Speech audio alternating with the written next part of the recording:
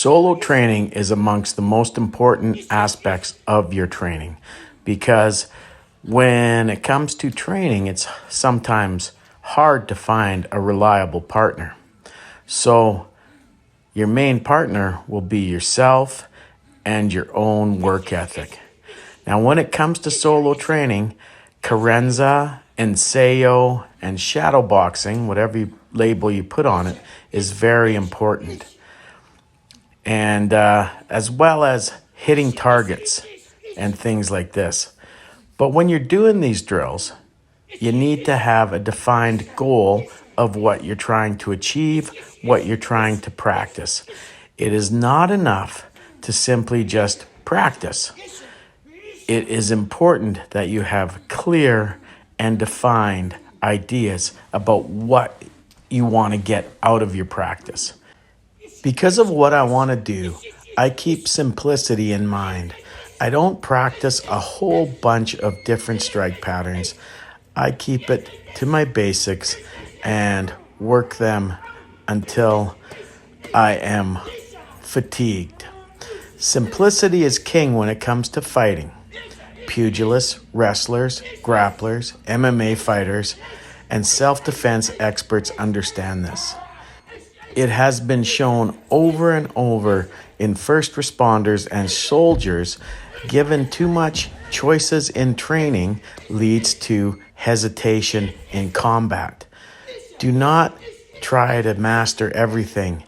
Pick some very basic things and try to master them. Basic strike patterns, basic grappling, whatever you think you need to do. Find a core of your curriculum and practice, practice, practice.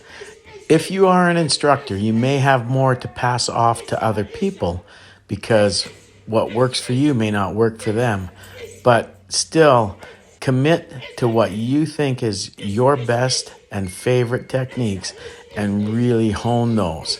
Even though you have more in the old memory bank, you want to keep to a very, very basic core that you can pull out under duress when you need it.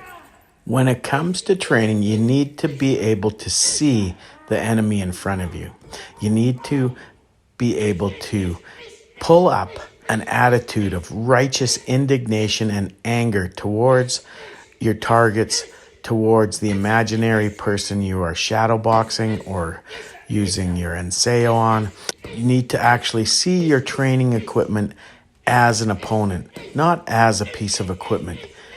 You need to see your opponent being overwhelmed by your use of force.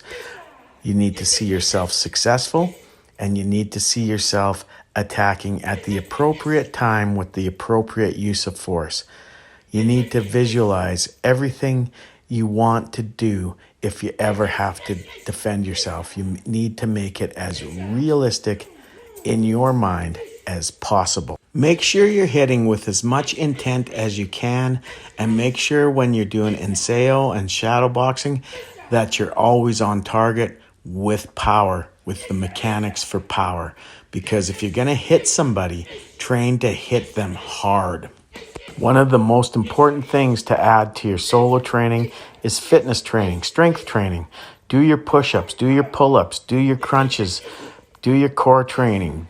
Train your legs, train for strength, because all the skill in the world will not help you if you are physically incapable of using it. If you see the need for self-protection skills, please also train your fitness, because not only will this help your self-protection skills, but it will also keep you healthier.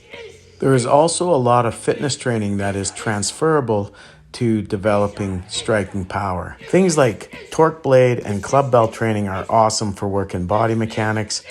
And I was watching a video of the kinetic chain of doing shot put, and man, that will help your striking power for sure. So a lot of strongman stuff will also help your striking power. There's a lot you can do that's a lot of fun that will help your self-defense. Finally, make sure you're having fun in your training because you'll keep doing it. And also, take time for your body to recover. This is as important as training. Thank you.